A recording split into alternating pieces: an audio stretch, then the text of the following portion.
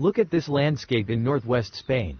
A maze of jagged red mountains, covered in a blanket of chestnut trees. A place that seems straight out of a fairy tale. But what if I told you this is all fake? This is not a creation of Mother Nature. This is the beautiful scar of the most ambitious engineering project of antiquity. An ecological disaster that accidentally became a paradise. This is the story of Las Médulas, the largest gold mine in the Roman Empire. We had seen a circular walk of over 10 kilometers. However, it was also possible to take a guided tour. At 10 a.m. we arrived at the visitor center. The guided tour turned out to be only in Spanish. That wasn't much use to us. The young woman who spoke good English drew a route for us on a copy of a map. This route was supposedly much more beautiful than the one on the information board. The first section was also the same as the guided route. From the village of Las Médulas, the route went uphill. We were glad the sun was behind the clouds and that it was 10 degrees colder than yesterday in the Coa Valley. But hey, 30 degrees is still quite warm.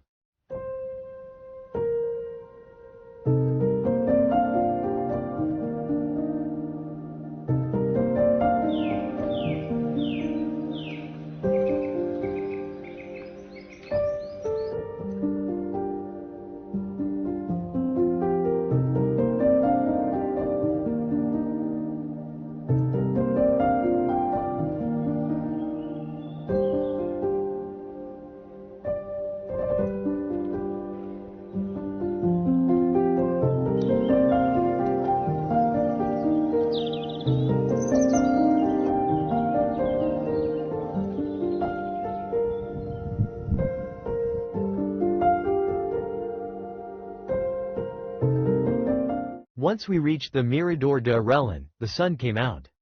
The red mountains were especially beautiful in the sunlight, incredibly stunning.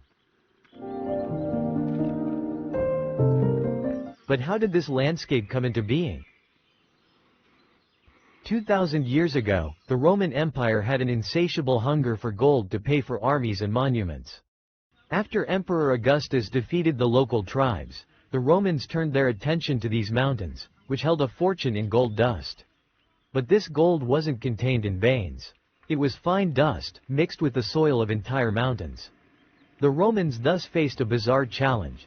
How do you demolish a mountain to extract that gold? Their solution was as ingenious as it was destructive. The ruina montium, or the destruction of the mountains.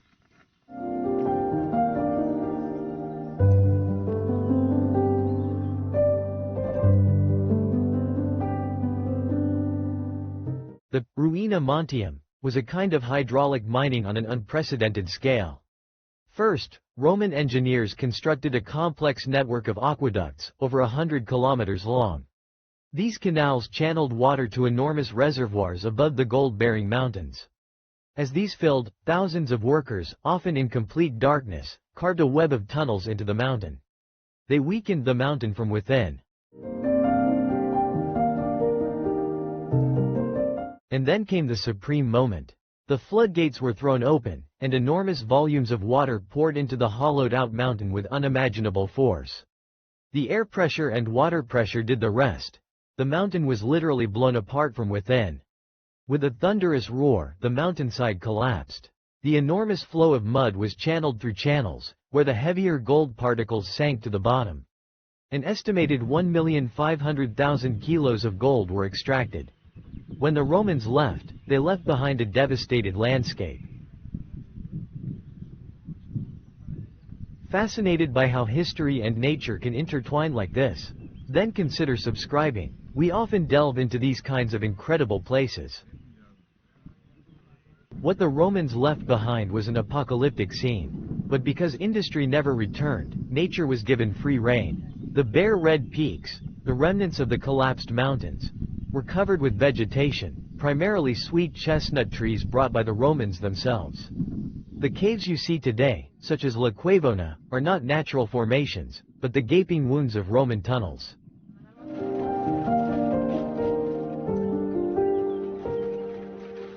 At the Mirador de Arellán, we were able to enter such a tunnel. We took a stone with us. We'll check if there's any gold left at home.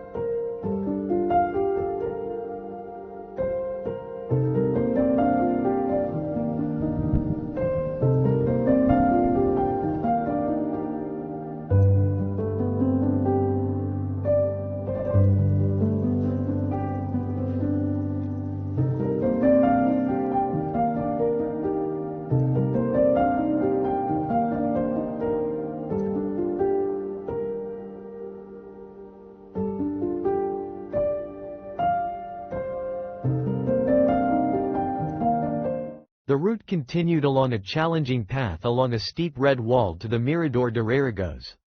It was truly magnificent.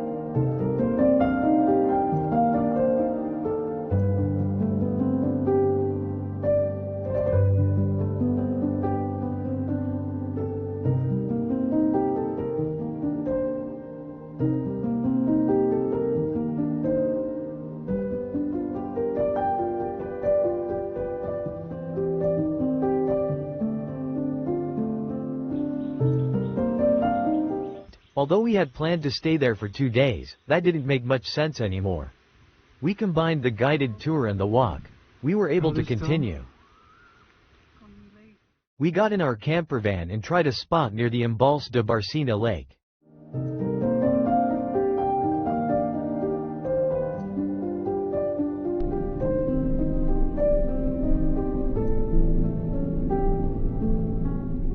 However, it looked a little less idyllic there than we had imagined. We drove on and found a place to stay overnight in San Miguel de las Dueñas at the monastery of Nuestra Señora de la Asunción.